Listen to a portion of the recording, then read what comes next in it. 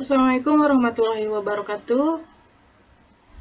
Kami dari kelompok 6 yang beranggotakan Andre Herdiansyah, Rai Agung Kanaha, dan Sinta Devi Permata dari jurusan Sistem Informasi Fakultas Komputer Universitas Masum.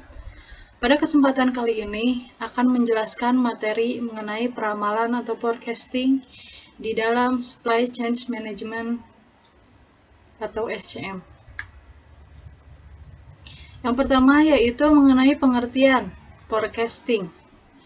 Peramalan adalah proses untuk memperkirakan berapa kebutuhan di masa datang yang meliputi kebutuhan dalam ukuran kuantitas, kualitas, waktu, dan lokasi yang dibutuhkan dalam rangka memenuhi permintaan barang ataupun jasa. Salah satu jenis peramalan adalah peramalan permintaan. Peramalan permintaan atau forecasting demand merupakan tingkat permintaan produk-produk yang diharapkan akan terrealisasi untuk jangka waktu tertentu pada masa yang akan datang. Selanjutnya mengenai karakteristik peramalan yang baik. Terdapat 3 poin. Di poin pertama ada akurasi. Akurasi dari suatu hasil peramalan diukur dengan hasil kebiasaan peramalan tersebut. Hasil peramalan dikatakan biasa bila peramalan tersebut tidak terlalu tinggi atau rendah dibandingkan dengan kenyataan yang sebenarnya terjadi. Hasil peramalan dikatakan konsisten bila besarnya kesalahan peramalan relatif lebih kecil. Yang poin kedua yaitu biaya. Biaya yang diperlukan dalam pembuatan suatu peramalan adalah tergantung dari jumlah item yang diramalkan, lamanya periode peramalan, dan metode peramalan yang dipakai. Ketiga faktor pemicu biaya tersebut akan memengaruhi berapa banyak data yang dibutuhkan, bagaimana pengolahan datanya, apakah manual atau dengan komputerisasi, bagaimana penyimpanan datanya, dan siapa saja tenaga ahli yang diperbantukan. Yang ketiga yaitu kemudahan. Penggunaan metode peramalan yang sederhana, mudah dibuat, dan mudah diaplikasikan akan memberikan keuntungan bagi perusahaan. Adalah percuma memakai metode yang canggih tetapi tidak dapat diaplikasikan pada sistem perusahaan karena keterbatasan dana, sumber daya manusia, maupun peralatan teknologi. Selanjutnya mengenai faktor-faktor yang memengaruhi peramalan. Permintaan suatu produk pada suatu perusahaan sangat dipengaruhi oleh berbagai faktor lingkungan yang saling berinteraksi dalam pasar yang berada di luar kendali perusahaan, di mana faktor-faktor lingkungan tersebut juga akan memengaruhi peramalan. Berikut ini merupakan beberapa faktor lingkungan yang memengaruhi peramalan. Ada 8 poin. Ada yang pertama yaitu kondisi umum, bisnis, dan ekonomi. Yang kedua, reaksi dan tindakan pesaing. Yang ketiga, tindakan pemerintah. Yang keempat, kecenderungan pasar. Yang kelima, siklus hidup produk. Yang keenam, gaya dan mode. 7, perubahan permintaan. Yang kedelapan, yaitu konsumen, inovasi teknologi. Selanjutnya, mengenai teknik peramalan. Meramalkan permintaan dari pasar yang dimasuki oleh perusahaan adalah suatu pekerjaan yang perlu dilakukan oleh setiap manajer perusahaan dalam rangka memprediksi berapa besar peluang pasar yang tersedia di masa depan. Ramalan permintaan merupakan usaha untuk mengetahui jumlah produk atau sekelompok produk di masa yang akan datang dalam kendala satu set kondisi tertentu.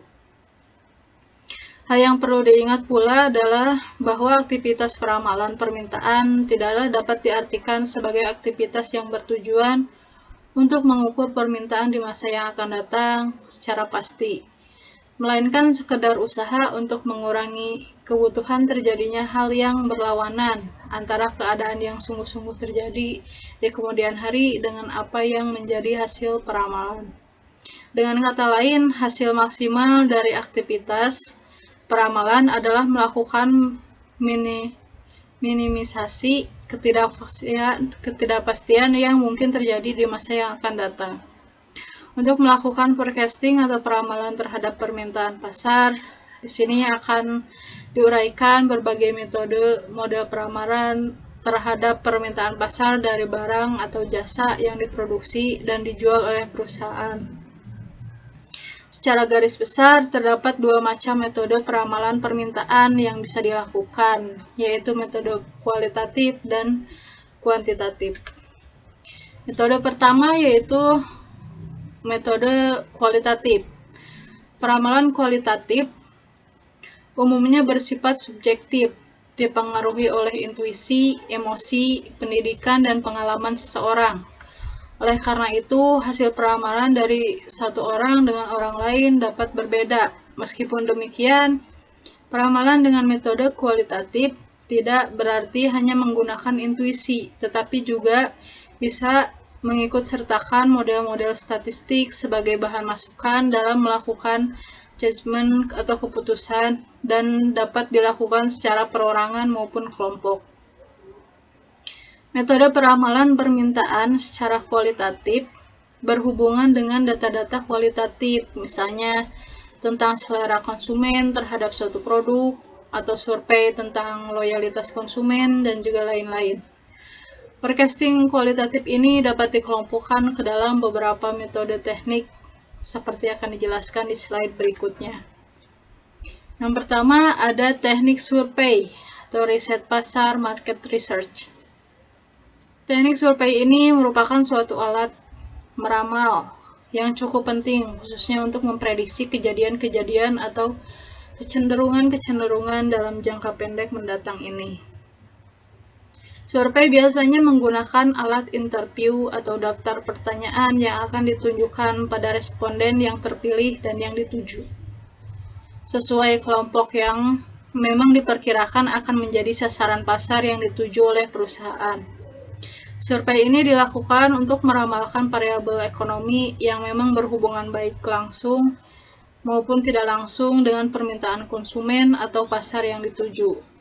Variabel-variabel ekonomi yang disurvei ini misalnya variabel yang berhubungan dengan budget rumah tangga yang dikeluarkan untuk memenuhi kebutuhan rumah tangga. Selanjutnya yaitu teknik jajak pendapat atau opinion polls. Teknik jajak pendapat sering dilakukan untuk melengkapi data dari survei. Jajak pendapat dari para pakar, para eksekutif, dari masyarakat umum, atau dari konsumen. Jajak pendapat ini lebih bersifat pandangan atau pendapat pribadi, subjektif dari respondennya. Sebaliknya, teknik survei lebih bersifat objektif. Sebelum peluncuran produk baru, biasanya diadakan pretest dan jajak pendapat terhadap responden yang menjadi sampel. Teknik polling ini melibatkan berbagai media seperti media TV, telepon, surat, koran, SMS, email, atau internet untuk menyebarkan kuesioner atau data pertanyaan tentang berbagai informasi yang dibutuhkan perusahaan. Laporan atau pertanyaan resmi dari suatu perusahaan atau pemerintah suatu negara dapat digunakan sebagai sumber data guna meramalkan kondisi ekonomi di masa yang akan datang, sekaligus dapat digunakan untuk membuat strategi bersaing dalam pasar bebas. Selanjutnya yaitu metode DLP. Pada metode ini, sekelompok pakar mengisi kuesioner. Moderator menyimpulkan hasilnya dan memformulasikan menjadi suatu kuesioner baru yang diisi kembali oleh kelompok tersebut, demikianlah seterusnya. Hal ini merupakan proses pembelajaran atau learning process dari kelompok tanpa adanya tekanan atau intimidasi individu. Selanjutnya yaitu analogi historis atau historical analogy. Merupakan teknik peramalan berdasarkan pola data masa lalu dari produk-produk yang dapat disamakan secara analogi. Misalnya peramalan untuk pengembangan pasar televisi multisistem menggunakan model permintaan televisi hitam putih atau televisi berwarna biasa. Analogi historis cenderung akan menjadi terbaik untuk penggantian produk di pasar dan apabila terdapat hubungan substitusi langsung dari produk dalam pasar itu. Selanjutnya yaitu dugaan manajemen atau manajemen estimate atau panel konsensus. di mana peramalan semata-mata berdasarkan pertimbangan manajemen, umumnya oleh manajemen senior. Metode ini akan cocok dalam situasi yang sangat sensitif terhadap intuisi dari suatu atau sekelompok kecil orang yang karena pengalamannya mampu memberikan opini dan kritik yang relevan. Teknik akan dipergunakan dalam situasi di mana tidak ada situasi alternatif lain dari model peramalan yang dapat diterapkan. Bagaimanapun, metode ini mempunyai banyak keterbatasan, sehingga perlu dikombinasikan dengan metode peramalan yang lain. Materi selanjutnya akan disampaikan oleh Saudara Andre Herdiansyah. Saya akan melanjutkan pembahasan selanjutnya adalah metode kuantitatif. Metode kuantitatif adalah peramalan yang didasarkan atas data kuantitatif atau model matematis yang beragam dengan data masa lalu. Hasil peramalan yang dibuat sangat tergantung pada metode yang dipergunakan dalam peramalan tersebut. Peramalan kuantitatif dapat diterapkan jika tersedia data masa lalu. Informasi dapat dikuantifikasi, diwujudkan dalam bentuk angka, dan asumsi beberapa aspek pola masa lalu akan terus berlangsung. Jenis peramalan kuantitatif. Yang satu, time series. Metode time series berhubungan dengan nilai-nilai suatu variabel yang diatur secara periodisasi sepanjang periode waktu di mana perakiraan permintaan diproyeksikan. Misalnya mingguan, bulanan, kuartalan, dan tahunan. Tergantung keinginan dari pihak-pihak yang melakukan perakiraan permintaan ini. Metode ini semata-mata mendasarkan diri pada data dan keadaan masa lampau. Jika keadaan di masa yang akan datang cukup stabil, dalam arti tidak banyak perubahan yang berarti dengan keadaan masa lampau. Metode ini dapat memberikan hasil peramalan yang cukup akurat. Dengan analisis deret waktu, dapat ditunjukkan bagaimana permintaan terhadap suatu produk tertentu bervariasi terhadap waktu. Sifat dari perubahan permintaan dari tahun ke tahun dirumuskan untuk meramalkan penjualan pada masa yang akan datang.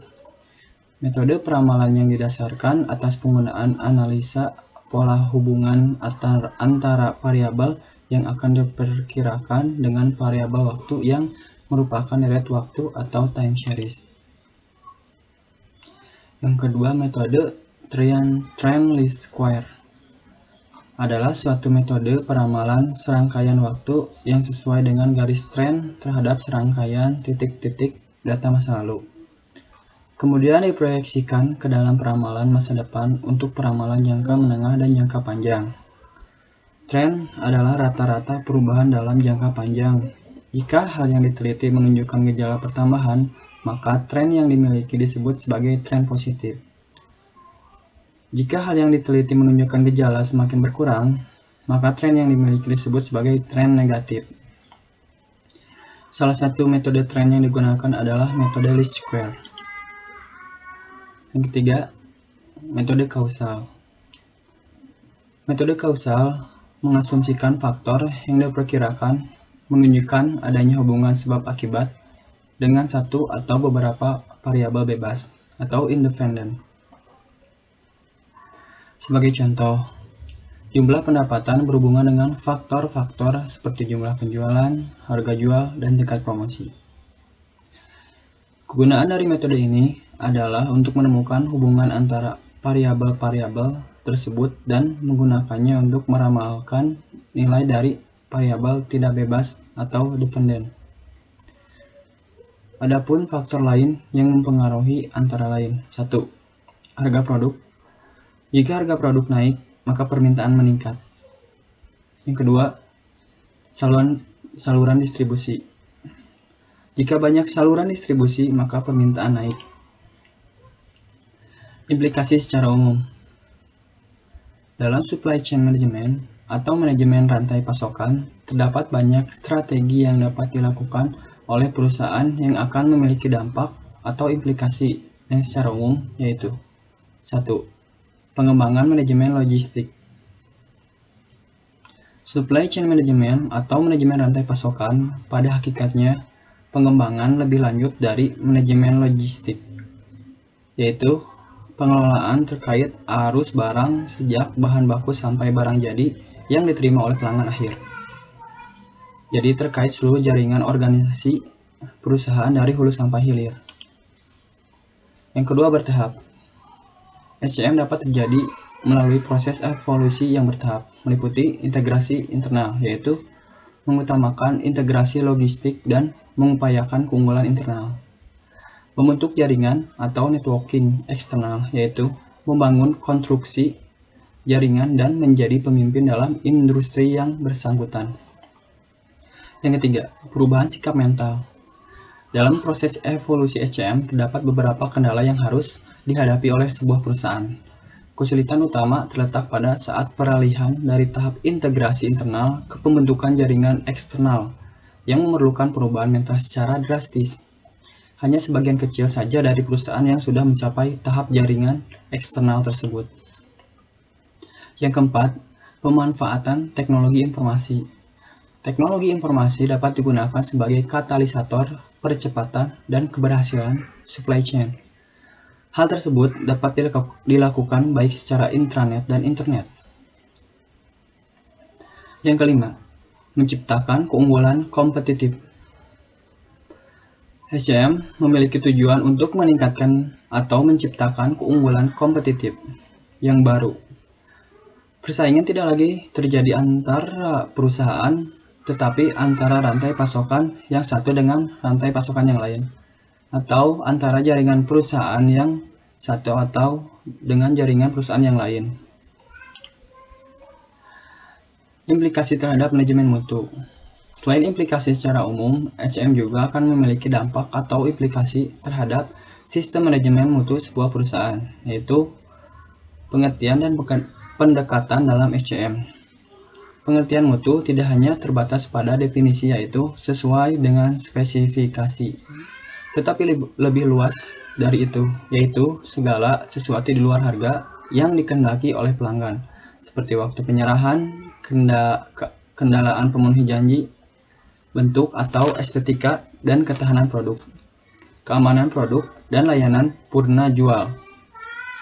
Pendekatan yang dulu dilakukan, yaitu full system, tidak lagi dapat dilakukan, tetapi berubah menjadi full system, yang berarti pembuat barang dikendalikan oleh kemauan dan tuntutan para pelanggan.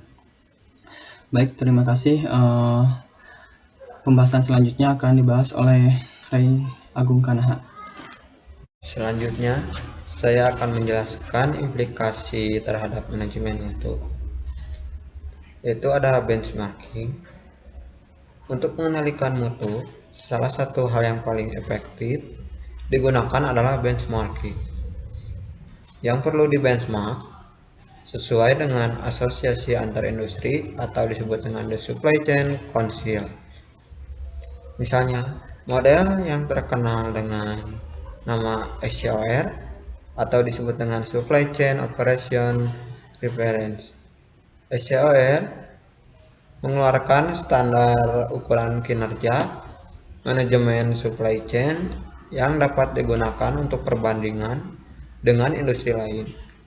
Lalu ada keikutsertaan pemasok adalah jika strategi SCM dilakukan, maka dalam tahap perencanaan desain diikutsertakan peranan pemasok. Dalam konsep kemitraan, fasilitas pemasok dapat digunakan sebagai R dan D sehingga perusahaan tidak perlu membuat dan mengembangkan bagian RN dan D sendiri. Lalu ada logistik sebagai ujung tombak. Untuk mencapai kesuksesan rantai pasokan, logistik dapat digunakan sebagai ujung tombak dan sasaran pertama penanganannya. Rantai pasokan adalah pengembangan pengelolaan logistik. Biaya logistik, khususnya biaya pembelian dan penyimpanan barang, merupakan biaya yang sangat tinggi bagi perusahaan. Lalu ada implikasi terhadap hubungan manajemen dengan pemasok. Implikasi juga akan terjadi terhadap hubungan manajemen dengan pemasok jika menerapkan SCM, antara lain: 1. Rasionalisasi, pembatasan jumlah supplier sampai tingkat yang paling efisien dan manageable. Untuk pemasok kunci perlu dikembangkan ke arah kemitraan bisnis. Yang kedua, kemitraan bisnis.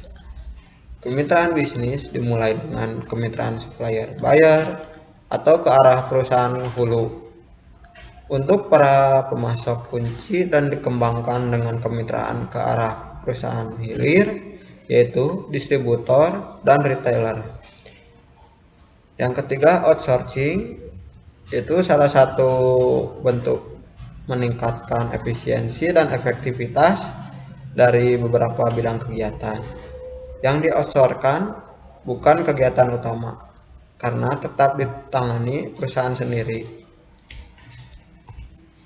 Yang keempat, prinsip dan jiwa kemitraan, yaitu tujuan yang sama, saling menguntungkan, saling percaya, bersifat terbuka, menjalin kerjasama jangka panjang, dan perbaikan terus-menerus dalam biaya, mutu, dan layanan. Yang kelima, pembinaan. Pembinaan dapat berarti luas, termasuk perbaikan mutu, perbaikan biaya, perbaikan komunikasi, dan sebagainya. Yang keenam, sistem informasi terpadu, yaitu pengadaan sistem informasi terpadu dalam transparan yang ditunjang dengan penggunaan teknologi informasi mutakhir, sehingga cepat, akurat, dan tidak terbatas secara linear saja, tetapi dapat secara multiphase. Selanjutnya ada implikasi terhadap pendekatan total usaha. Sedangkan untuk pendekatan total usaha, implikasi yang akan terjadi jika menerapkan SCM antara lain: 1. Pelaku pokok, yaitu ada anggota jaringan atau mata rantai dalam supply chain yang terdiri dari 5 organisasi atau pihak, yaitu supplier, manufaktur, distributor, retailer, dan konsumer. 5 pelaku pokok harus sebagai suatu totalitas.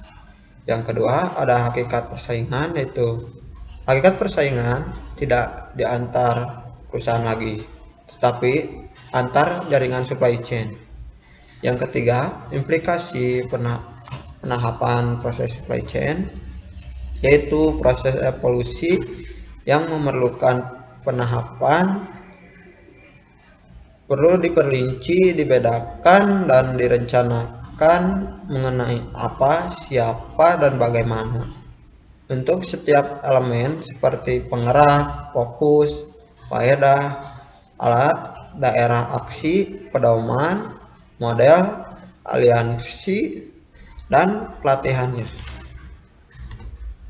Yang keempat, manajemen jaringan, yaitu kunci dari manajemen rantai pasokan adalah integrasi atau manajemen jaringan antar semua perusahaan yang terkait. Perusahaan tetap dimiliki oleh pemilik dan tidak ada akuisisi. Yang kelima, strategi kolektif, yaitu strategi yang dikembangkan bersifat total dan kolektif dan bukan strategi perusahaan sendiri. Perlu diikutsertakan semua pihak yang terkait sehingga dihasilkan suatu strategi bersama yang diyakini bersama dan dilaksanakan bersama. Yang keenam, target keberhasilan total. Beberapa target yang merupakan tolak ukur kinerja perlu dinyatakan secara spesifik, misalnya pengurangan persediaan, mempercepat perputaran persediaan, memperbaiki waktu pemenuhan kebutuhan, kenaikan penjualan, peningkatan pangan pasar, peningkatan keuntungan, perbaikan hubungan dengan pelanggan. Lalu ada implikasi terhadap isu internasional menyangkut supply chain. Makin lama makin nyata bahwa ada hubungan erat antara operasi global dan pengembangan rantai pasokan. Jika dikelola dengan baik, rantai pasokan internasional memang dapat menambah kesempatan besar untuk meningkatkan kinerja perusahaan. Tetapi pada waktu yang sama juga menciptakan potensi kesulitan dan jebakan yang tidak kecil. Beberapa tipe supply chain internasional antara lain: 1. Sistem distribusi internasional. Dalam tipe ini, pabrik masih berada di dalam negeri, tetapi distribusi dan sebagian marketing berada di luar negeri. Yang kedua, supplier internasional. Dalam tipe ini, bahan baku dan komponen penunjang dipasok oleh pemasok luar negeri, tetapi perakitan sepenuhnya dilakukan di dalam negeri. Dalam beberapa hal, barang yang sudah jadi dikirim lagi ke luar negeri untuk dijual. Yang ketiga, offshore manufacturing. Dalam tipe atau sistem ini, bahan baku, komponen penunjang, dan fabrikasi dilakukan di negara tertentu. Kemudian barang jadinya dikirim ke dalam negeri untuk distribusikan dan dijual. Yang keempat, fully integrated global supply chain. Dalam sistem ini, bahan baku, komponen penunjang, fabrikasi, dan distribusi maupun penjualan dilakukan di berbagai negara di dunia tanpa melihat batas-batas negara dan pemilihan negara. Sekian dari kelompok kami. Terima kasih. Wassalamualaikum warahmatullahi wabarakatuh.